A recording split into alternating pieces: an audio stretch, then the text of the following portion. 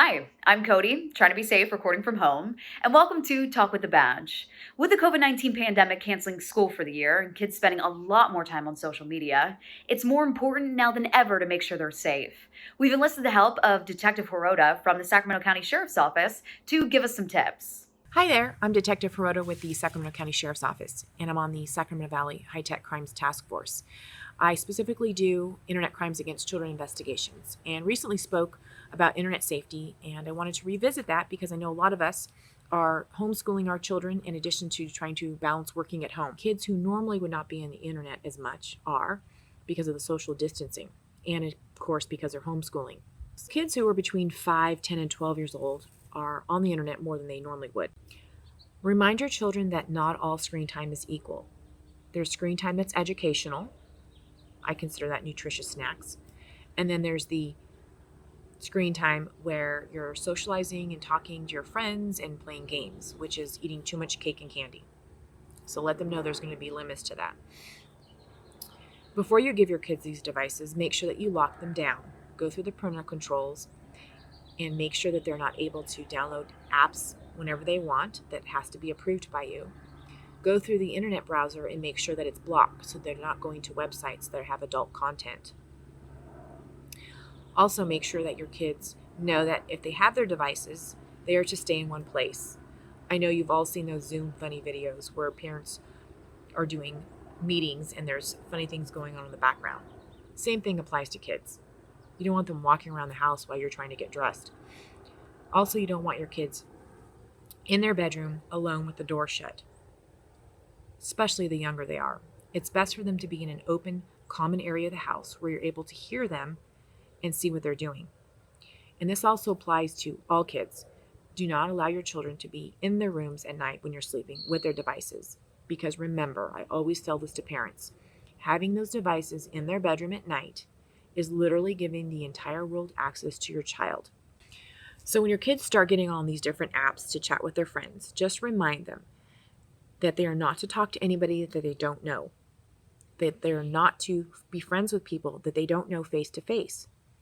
And remind them that sometimes the people that they think that they're talking to are not always who they say they are.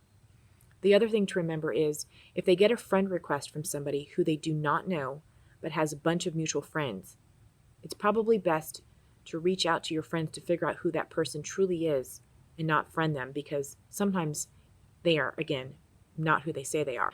Remind kids to not have conversations or post photos that they wouldn't be okay with if their mom or grandma or their coaches were standing over their shoulder. Remind kids to make sure that they don't send photos of inappropriate things. That the things in the background can also be used by predators by looking at things to determine more information about your family or your child. So just be cognizant about where you're making these videos. For the younger children, remind them that before they get on their devices, they need to ask you if it's okay.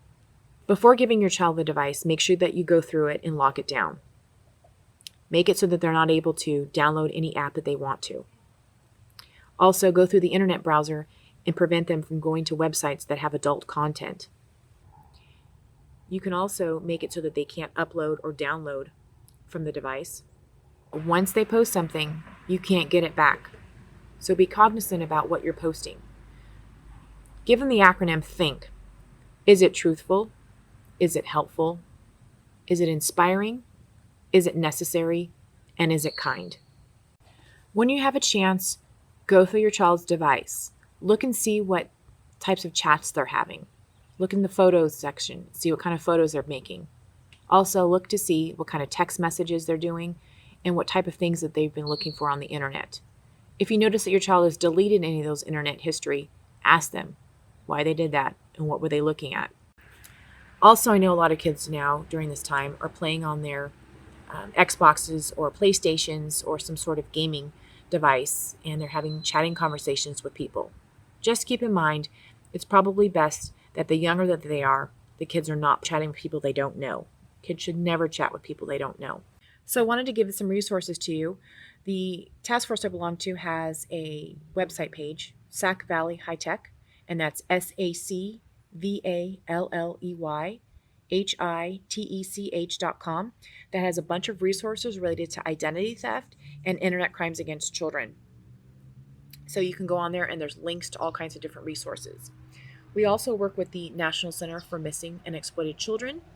And if you wanted to make a report regarding any cases regarding the internet and children, you can go on here and click the CyberTip link, or you can make a phone call. The National Center has resources that are age appropriate, PowerPoints, resources, PDFs, brochures that you can go to and get on NetSmarts. And NetSmarts is netsmartz.org. Thank you so much for listening, and stay safe out there. Thanks, Detective Hirota. Keep watching for the next episode of Talk with the Badge, coming soon.